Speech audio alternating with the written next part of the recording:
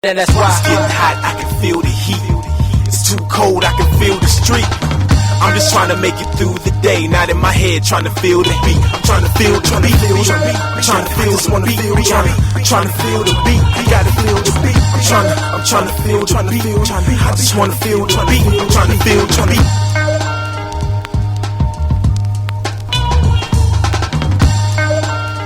Feel the beat. 312 people have fallen victim to gun violence in the United States over the past 72 hours.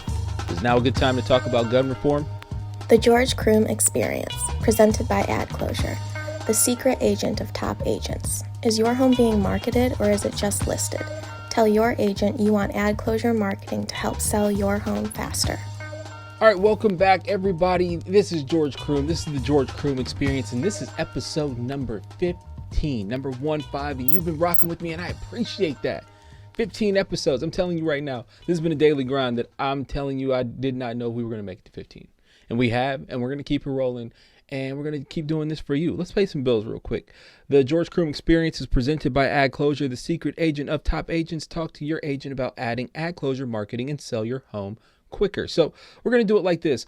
It is the holiday season and we're going to shorten things up a little bit. Normally our show is around 20 to 24 minutes. So we're going to try to bring that back down to earth just until we get through the holidays. We're going to try to make it about 10 to 12 minutes. That way I can keep rocking with you every day. I can still give time to my family. And, you know, I know you like to sit down with your mocha latte with me for that 20 to 24 minutes. But I'm going to tell you to sit down with your significant other. Pet your dog. Give your dog the extra 10 to 12 minutes that I'm going to give you. That's what I'm giving you, the gift of time with the people or the things that you love to do. Use that 10 to 12 minutes wisely. Let's get this thing popping. On Monday, Mike Leach, the creator of the modern pass-heavy offense, died at the age of 61.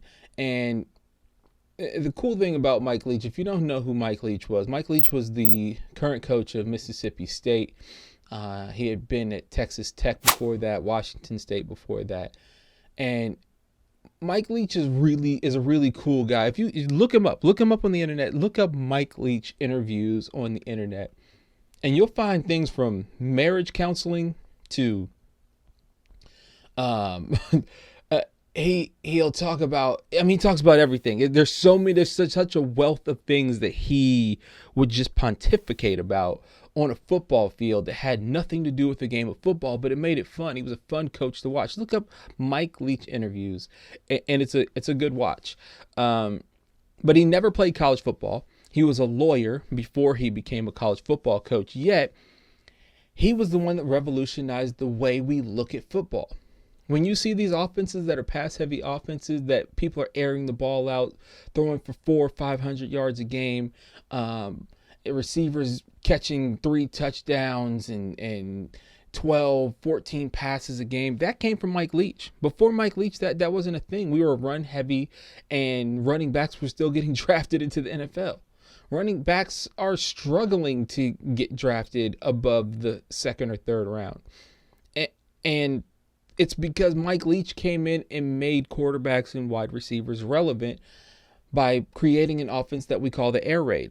Look, over the past 25 seasons, I think Mike Leach, his offense, the system that he created and teams that he was coaching were responsible for 12 of the highest pass yard offenses over the last 25 years in college football. It's no small task.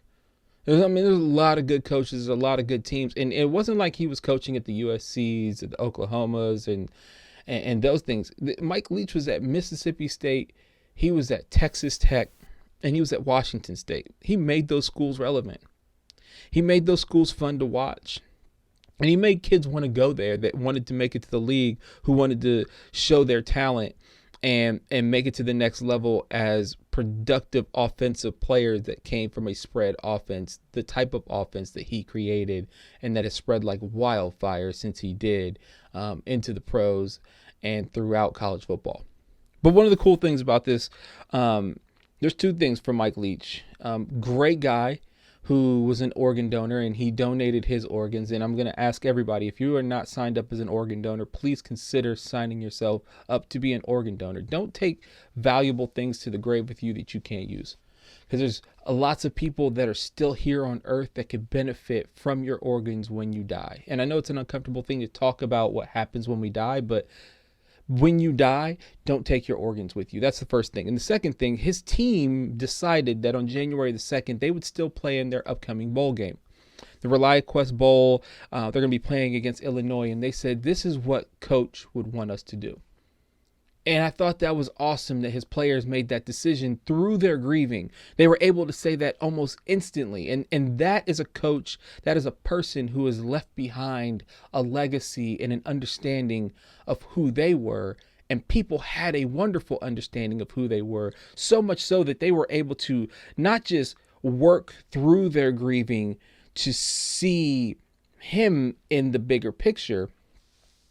They were able to say, this, we know that this is what our coach would want, and that's what we are going to go out there and do. We're going to go out there and do what he would expect us to do, and that's to play the game that he loved coaching, the game he loved to be around. And that's awesome. That's a great example, and I want everybody to try to digest that as we go into this holiday season and into a new year. When you're making your New Year's resolution, don't talk about going to the gym. Talk about leaving behind a legacy, one that people can follow and one that people can look up and say, I know that this is how this person would want us all to proceed because I saw how they lived. Aim for that. We'll be right back. Wait, shouldn't every video your team puts out draw an emotion?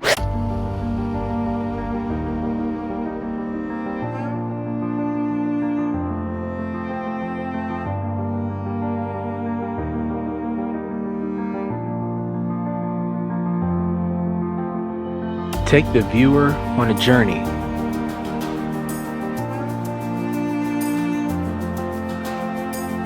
And highlight your markets as places they can live and call home.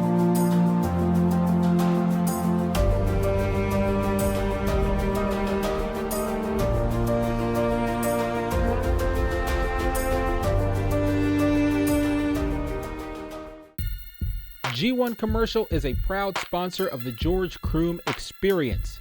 Stay tuned because more is coming up. Welcome back to the George Croom Experience. I am George Croom. This is episode number 15. Thank you for rolling with us. Look, if you love it, then like it. Subscribe to the channel. If you love it, share it. Tell a friend. Because we're going to keep doing this every single day, Monday through Friday, right here on YouTube at 8 p.m. Share the love. Let's get it going.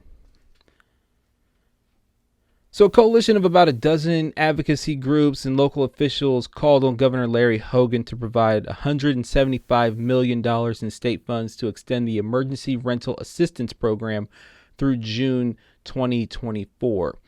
Included in that letter were the Baltimore City Mayor, also county executives from Anne Arundel, Howard County, Montgomery County, and Baltimore County were also added into this letter.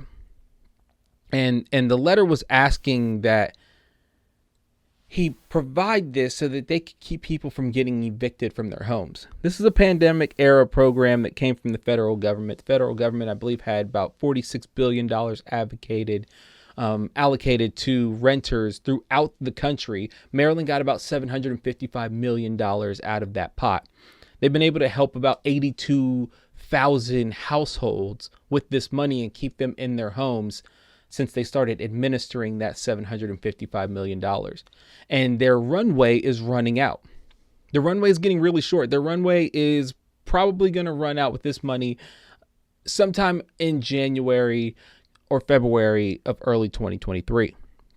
And so these groups are asking Governor Hogan, as one of the last things that he does before he leaves the governor's mansion and likely goes to begin his bid for president in 2024. They're asking that he sign in $175 million to continue this program. And that $175 million will probably carry us somewhere to around like June or July of 2023. but it'll give them time, hopefully, to find another plan, because that's what we're lacking. We're lacking a plan right now to keep these things from happening. And while I understand the fear and the struggle of an imminent eviction, because I've been there. I've been the guy who at one point in life was struggling to pay rent, who was looking down the barrel of being evicted from his homes because he was late on rent payments. I've gotten that threat before. Thankfully, worked well past that point, and we're no longer in that place. That sort of money issue is not a problem. Now we own properties. Now I understand it from the other side, and so we have reserves so that we don't have to tell our tenants that they need to get out, or we're going to push them out into the street. But a lot of landlords aren't there. A lot of landlords are just in it to have an investment property, and that's what the system is set up for. I'm not saying that they're bad people. I'm just saying that we don't have a system that's set up for these people to ensure that they are leaving people unhoused. And I'm just hoping that somewhere in there's some legislation that can be enacted, or some other intelligent thing. Maybe it's an insurance. How about this? How about an insurance that allows us to protect renters against the sudden loss of a job? If you buy into this insurance and you lose your job, then we pay your landlord directly from this insurance, as long as you have paid into the insurance for so many amount of months. And I don't know what that looks like, but we could also back that with some teeth by the federal government to say when a landlord rents out a place to a person, that they are forced to offer that person some of this insurance. They don't have to pay for it, but just like you have to give them a lead-based paint disclosure, you have to say, hey, there's an insurance that will protect you in case you lose your job. It will pay your rent for you. They have to give you that form. You have the right to refuse it. And if you refuse it, then we'll allow your landlord to actually buy into it, because it's protecting them as well. And honestly, it's protecting the landlord more than anything, because it keeps the landlord from being able to look at a person and say they're going to put them out, because the landlord is getting that money directly from the insurer. Whether that be the federal government or a private company, I don't know.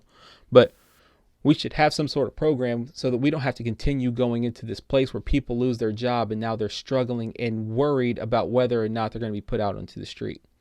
Losing your job should not be a reason to be unhoused, especially if you're out looking for a job. We should never be looking to evict a person who is trying to better themselves. Bad things happen. People lose jobs. We need to have a stopgap measure in place that keeps us from having a problem where millions of people are unhoused and unable to pay their rent, and we have to continue trying to find programs to help them, or money from somewhere, pulling money from somewhere else to help them, when we can just try to get ahead of that. Let's be smart about this thing. We'll be right back. The George Croom Experience, presented by Ad Closure, the secret agent of top agents. Is your home being marketed, or is it just listed? Tell your agent you want Ad Closure marketing to help sell your home faster. My 2-year-old child has become obsessed with waking up in the morning, doing headstands in the room for about 20 minutes before finally settling down long enough for me to change him. Sometime between fighting the ash off his toddler limbs and putting the last leg in his pants, he asked for 2 things: a muffin for breakfast, and since December 1st, asking when he can open his advent calendar. See, I'd never seen an advent calendar or understood its history, so me, being the type of person that I am, I scoured the internet to find out more about it. Advent itself derives from the Latin root meaning arrival. Of course, in the Christian religion, where Advent is celebrated, the word is speaking about the arrival of Jesus Christ, Savior of the world. Yet, industries have marketed the once widely observed Christian holiday, making it a palatable and accessible thing to non-Christian believers. To go along with the Advent celebration, Advent calendars like the one my son has grown to love are mainstream and a hit. They're now a cash cow. But the history of the Advent calendar is a bit more dicey. See, Advent calendars were first produced sometime early in the 19th century by German Lutherans. In 1943, as Hitler and the Third Reich began looking for more ways to indoctrinate children during World War II, they began using the calendar to entice children with candy and a healthy dosage of swastikas. See, US soldiers took the idea after the war was over and factories began to create cardboard again. That's when the early versions of the thing my kid pulled a Mickey Mouse figurine out of this morning were born. It reminds me of why Christmas is such a powerful and magical time of the year. That is until I explain where Christmas is originated from in the next few days. But I digress. I never had these types of experiences growing up.